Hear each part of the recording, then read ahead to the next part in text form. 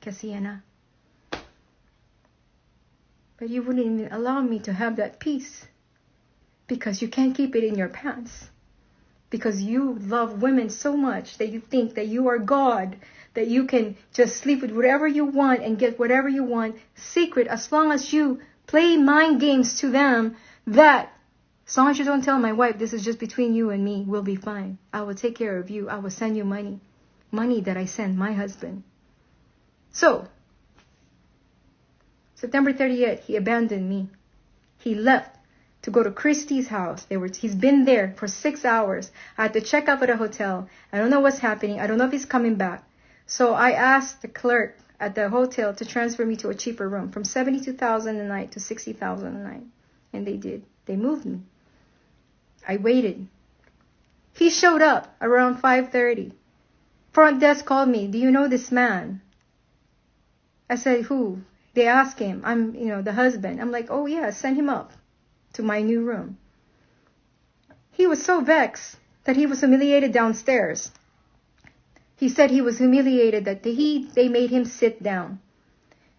Kess thinks that the whole fucking Africa or all the Nigeria knows him. Like he's some Beyonce superstar that everybody will recognize his motherfucking ass. Like, oh, that's Kess. Yo, Kess. Nobody knew him when he arrived. So that's why they made him sit down and called my room to see if I know this man who's trying to come up to the room. And I said they changed room.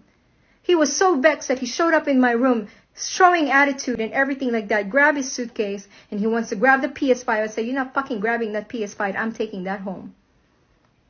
Do you think I'm going to give you your PS5 back? Fuck no. I spent $1,000 for that. You're not getting that. Forcing me to give him money again for this apartment. And I said, okay, I'll get you one. I was not sleeping. I'm calling agents after agents to look for a 1-bedroom apartment for him. Little did I know that he's already looking for an apartment with Christy O. Secretly, until he already selected a place that is $4 million in Lekki, Chevron, Phase 2, Orchid Road.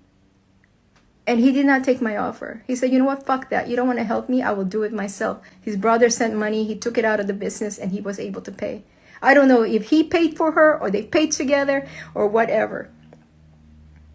We worked it out. We talked it out. And I said, okay, I love him very much. So I kept giving him chances and I said, okay. I said, I don't want you to be a roommate with a girl. I said, I'm going to put my foot down. I don't want you to be a roommate with a girl. I said, get a man. Why do you want to be roommate with a girl? Oh, she needed a place that's expensive. And that we already discussed this. This is what we want because we can afford if we are roommates. Her sister will move in. My sister will move in. Like, fuck that. That was an excuse. His sister will never move in because she kept going to school that I keep paying for. That's the truth. I fought him through thick and thin not to be roommates with this fucking whore. He won. And I let him be because I love him. Come December, it was his birthday. I flew to celebrate his birthday. Spoke with people to see if they would want to come. To be invited to go there. Everything, beauty, everybody, all the housemates that he has was invited. And I said to the guy that, we were working with, his friend or his handler. I said, at this time, I'm still struggling because of everything that's just the gridlock from the funeral to everything. And I said, I only have less than $1 million. He said, I can work with that. Okay. So we celebrated, we posted, we had fun, we were there, we were dancing, ooh la la. Then, here comes Beauty ordering the expensive stuff, Azul and all that. She's trying to show off too. Groovy and Fina was there, so she's trying to show what she's got. I understand the girl. She's got money. She's very pretty. She wants to be talked about. I was upstage, and he told me she paid for a lot of things. How is that possible when I paid out of pocket already and transferred money? And instead of him appreciating that I came down and paid for his birthday, he fucking yelled at me that same night and said, next time, don't ever plan my goddamn birthday. Because you humiliated me. Beauty had to pay. I'm like, what did she pay? She paid for what she ordered. I paid for what I planned. So whatever your friends ordered out of what I've already planned, that's on them. What the fuck? So I left after that. When I left, I know I'm not going to be able to celebrate Valentine's with him. Who did he celebrate Valentine's with? His roommate. And then I had a feeling something was up. I called him after they partied on that night. And I called him very early in the morning at 6:30. And he yelled at me for calling him that early. And guess what I saw next to him? A shave of a body underneath a blanket. I confronted him and he hung up. Somebody was with him. How am I supposed to feel? And here we are now, fast forward to that. I came there in May to June, July, I was there. And all I've noticed is that nothing but my husband is gone. He's not with me 100%. He's not with me the way he loved me. It was different. That's why the entire month, and then July came. It's her fucking birthday.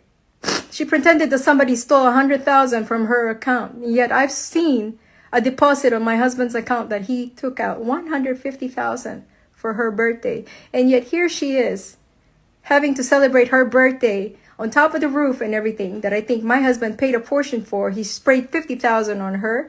And then here comes her boyfriend, Prince, who supposedly, because her manager told me the name, so whatever Dugu is, a Prince, and it's like that's her boyfriend. Yeah, okay, that was on the video.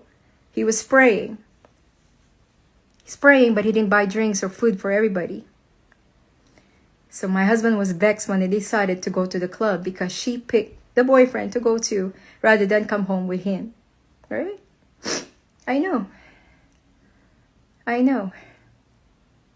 So here I am talking to her manager, Tosin, and planning just to give him a surprise gift and everything, of just buy him a native so that he can use it to church. I wanted him to go to church. I wanted him to remember what church is. I wanted him to remember what God is. Because the man I married is a churchgoer. The man I married and fell in love with talks about God. The man that I truly fell in love with is about God. Even though he's fucking around. But I couldn't take it anymore.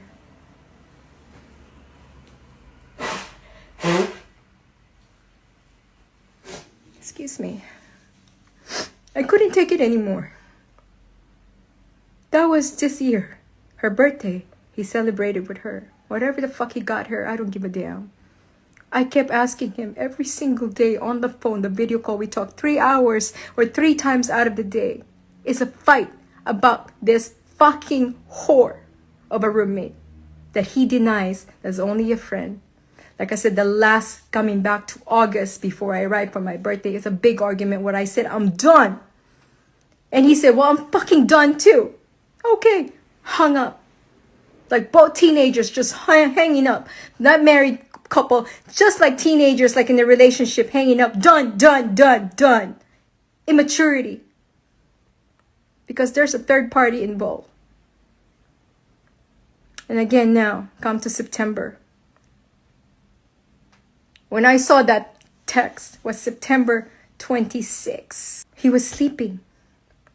And I said, I need to know what's going on. Who is he texting in the middle of the night while I'm sleeping? I can see with my one eye open. When I wake up, he's texting like this. He deletes his Snapchat.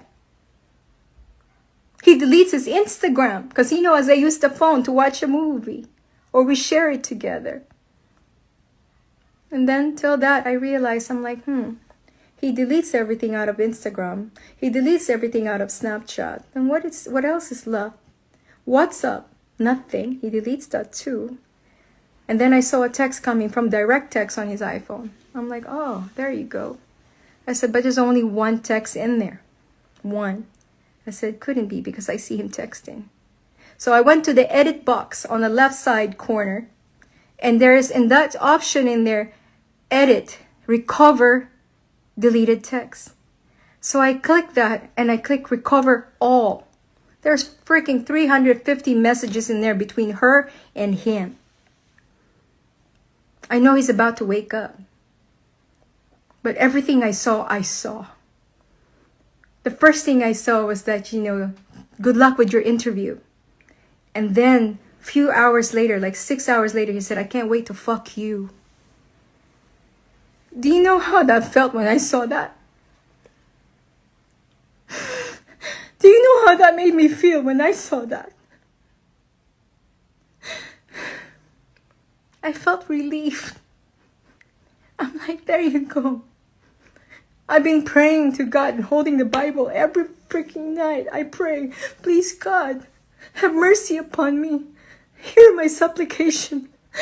Reading the psalm over and over. Please have mercy upon me. Give me some answers. Show me the way, the truth, and the light. And that repeats every day.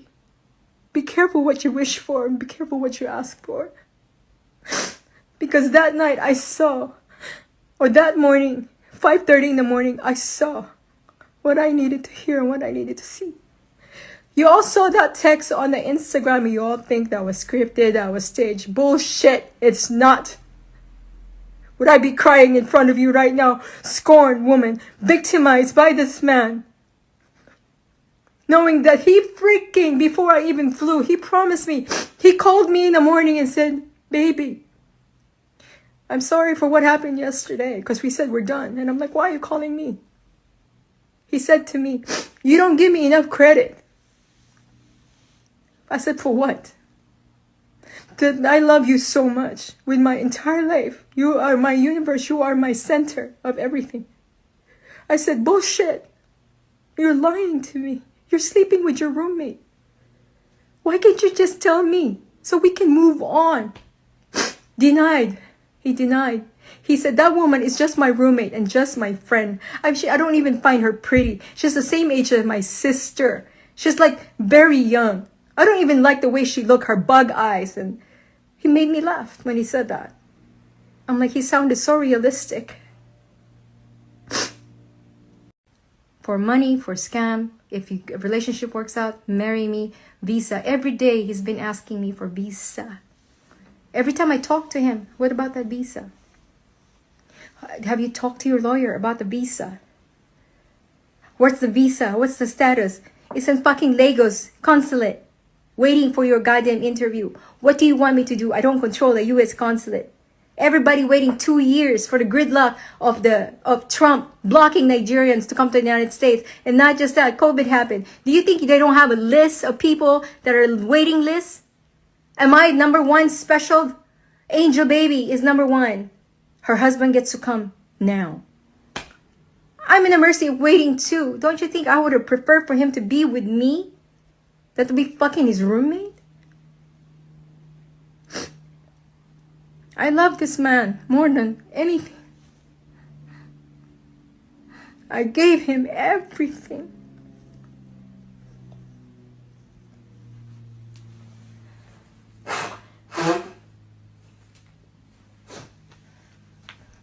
I gave him my life, effort.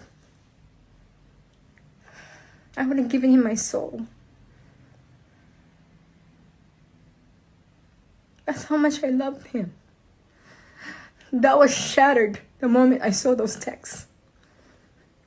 Some of you saying, forgive him, work out your marriage. That's not the first time.